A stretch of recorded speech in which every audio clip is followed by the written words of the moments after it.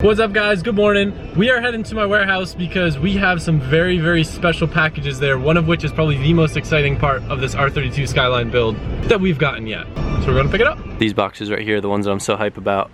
While I'm here, I'm gonna sign some of you guys' orders. Little known fact in case you didn't know, if you order anything from our store, the LZMFG site, I'm more than happy to sign anything for free. The only thing is sometimes it takes a little bit of extra time because I'm all over the place. There's like a little order comments field where you could just write whatever you want signed. As long as you're specific, it's super easy and just normally takes a little bit longer.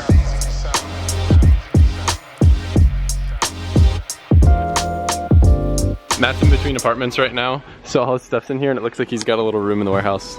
It's so funny. Oh, is that his 3D printer? That's rad.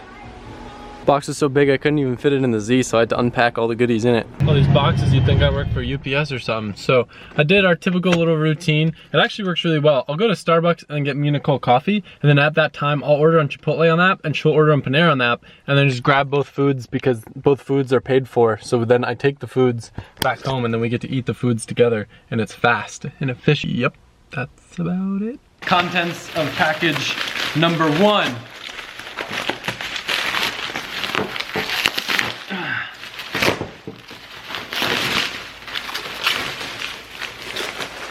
Exciting contents of package number 2. Alberta's helping me geek out over all this package content. Nicole, don't kill Adam for scratching up the countertop. You can't scratch granite, dude. It's like diamond. That's how hard it is. Like diamond. It's like diamond.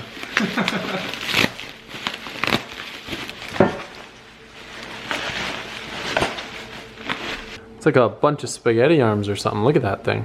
And even more exciting package content.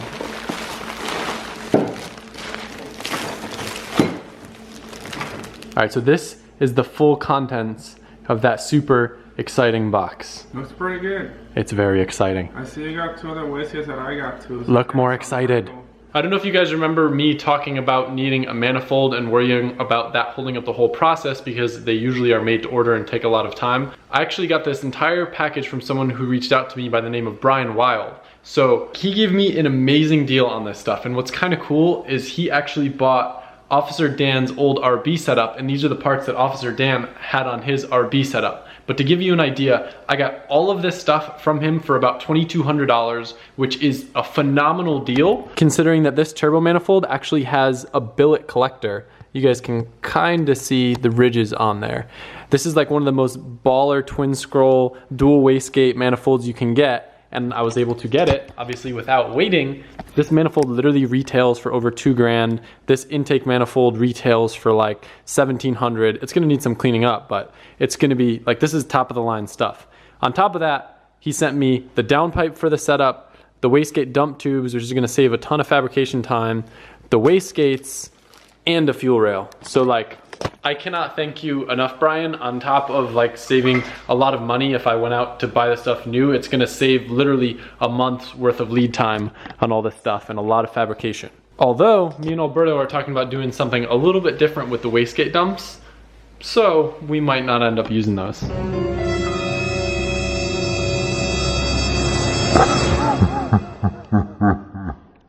right, now we got round 2 of Adam versus intercooler cleaning party, and we've bought the real acetone that we're supposed to be using. So we're gonna fill this grill up. We're wearing gloves because Alberta said it's very bad to get this stuff on your skin.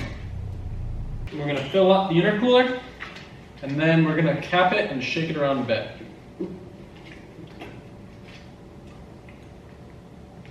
As I pour it all over my shoe. My foot is cold now. We're about to remove a lot of nail polish. 1 gallon is probably way more than we actually need. That's okay. My foot where it leaked on is very cold right now. Now we'll go ahead and shake it all around.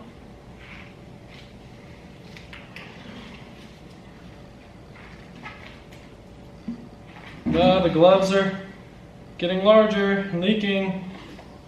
Stop it, gloves. We're just gonna rock the boat for a while. It smells really bad in here. I'm gonna open the garage door. Oh, my camera! Alright. Oh, I was hoping it'd be like black. Is that good that it's clear though? Is that acetone? Yeah. That's a lot, right?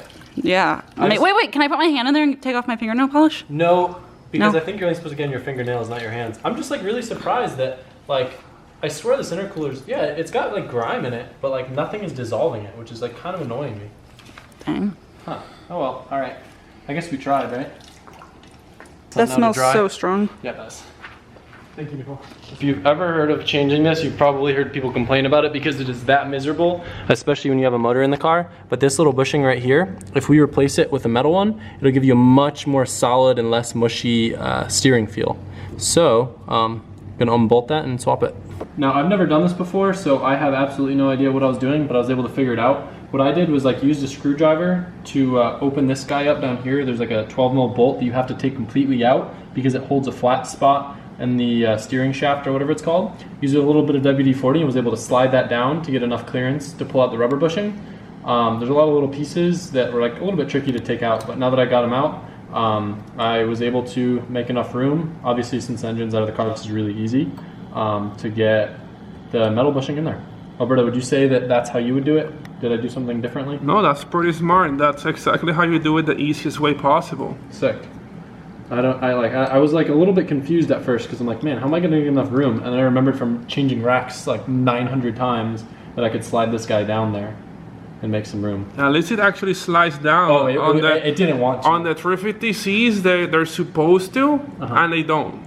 I mean, it barely slid. Like I had to lube that thing up super hard. And I was sitting there finagling with it, and I got it to go. But it worked. She didn't want to cooperate, but she did. Yeah. Nice. Yep. Well, now you gotta put it on. Let's see if it actually works after when the steering doesn't just break in half. I would hope it doesn't break in half. And now she's shiny and gold. Wow. All right, Alberto, you want to lift her up and we'll start diagnosing the fuel situation? I can honestly say when we put this lift in the garage, I was thinking that we would probably use it for like changing wheels and tires and maybe coilovers. I was actually thinking about getting a scissor lift instead of a 2-post, but I'm glad I got a 2-post because the amount of work we've done in this garage now is like absurd. The raw, cast, icky, stock looking stuff, and then I'm gonna start to polish up this stuff. Alberto's been working on figuring out how we're gonna route the fuel system and kind of planning out everything that's gonna be going in the trunk. He's already got the hard lines out. Alberto, anything else other than ordering parts all day? Well, taking stuff out that we don't need, simplifying everything, making room so we can actually run the lines properly, and where to run the lines through so it's like the best spot where we want to interfere with all this stuff, so you gotta plan all that stuff out. Believe it or not, we're actually at a point with the R32 where we can't really do that much more until we get parts, can mount the engine, get fittings and all that stuff. So we're kind of at a standstill for the moment in its current state. I can still polish up a few more things and work on cleaning up the engine harness, but because the AC unit stopped working, it's like frozen over from that one time when it was clogged.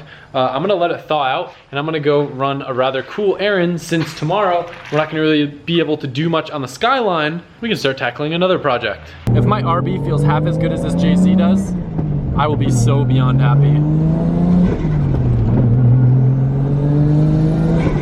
It's obviously not gonna spool as fast, but should make a lot more power. I just love how smooth 6 cylinders feel and sound.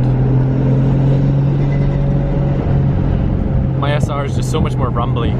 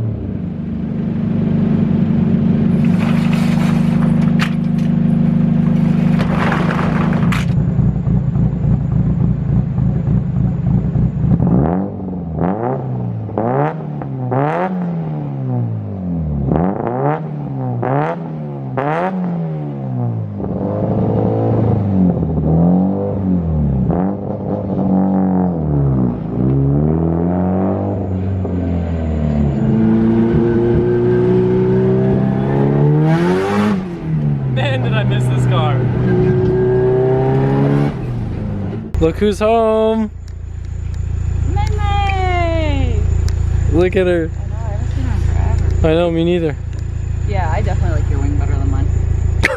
So as you can assume, since I brought the SR S13 home, that's what we are gonna be working on tomorrow. But we're not just gonna be diagnosing where all my coolant keeps disappearing to, we are actually going to put something very cool on the car that will maybe solve the problem, but definitely do a lot of rad, cool things. And I think tomorrow is gonna be a lot of fun, switching the pace up a little bit and getting back to fixing up that destroyed pile of metal that used to be a nice, clean S13. So anyway, I hope you guys enjoyed the video. Looking forward to getting more parts in so we can get back to work on the Skyline, but it should be a lot of fun tomorrow, switching up things. So thank you, and I will see you tomorrow.